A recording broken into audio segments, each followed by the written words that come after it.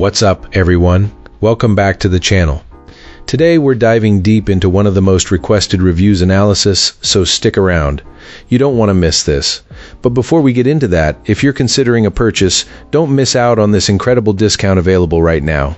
Check the description below and the pinned first comment. Now, let's not delay any further and jump right into the details.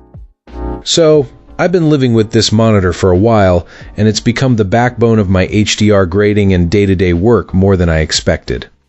I've got a couple of high-end devices at my desk for reference, and this monitor somehow slots in as the more practical color's first friend in the lineup. If you're chasing true HDR that actually looks bold without turning everything into a washed-out mess, this monitor earns its keep. I can't pretend it hits Apple's XDR brightness, but it sticks around 1200 nits in real-world use, and holds it pretty well once you're feeding it a clean HDR signal. macOS HDR mode felt a touch non-standard and limited me to around 700 nits at times, but hooking it through a proper HDR path with a professional video output device pushes the display into its strong range. It's not just about peak brightness either. The color on this monitor is genuinely startling, with reds and skin tones that look closer to real life than I've seen on other displays in this price tier. The color calibration is where this monitor shines for someone who cares about accuracy.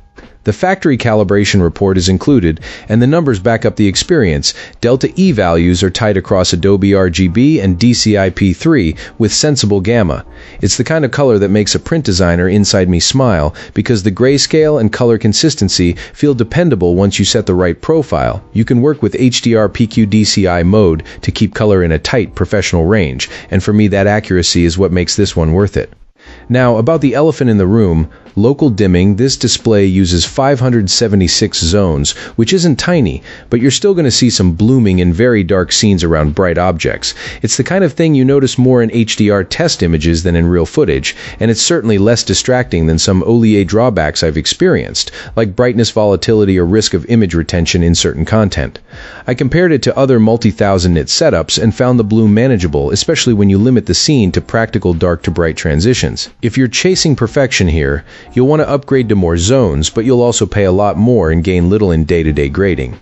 Build and usability are a mixed bag. The monitor itself looks clean, but the chassis can feel a touch flimsy next to the heavy, fortress-like stand. The ports face downward, which makes access a little fiddly unless you rotate the screen to portrait, which is handy.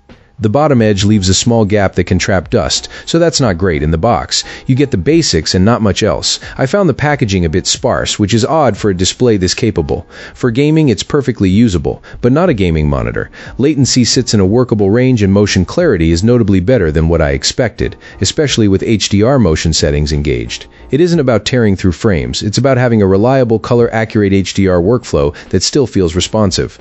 Bottom line, this monitor is a strong buy if color accuracy and real HDR performance matter to you, and you're okay with a higher-end price that still sits below the top tier. It nails the essential HDR work, remains comfortable for long sessions, and pairs well with other high-quality displays. It's not perfect, but it's damn close for the price. That's a wrap. If you enjoyed this, drop a like and subscribe for more. Got thoughts? Let's chat in the comments. See you in the next one.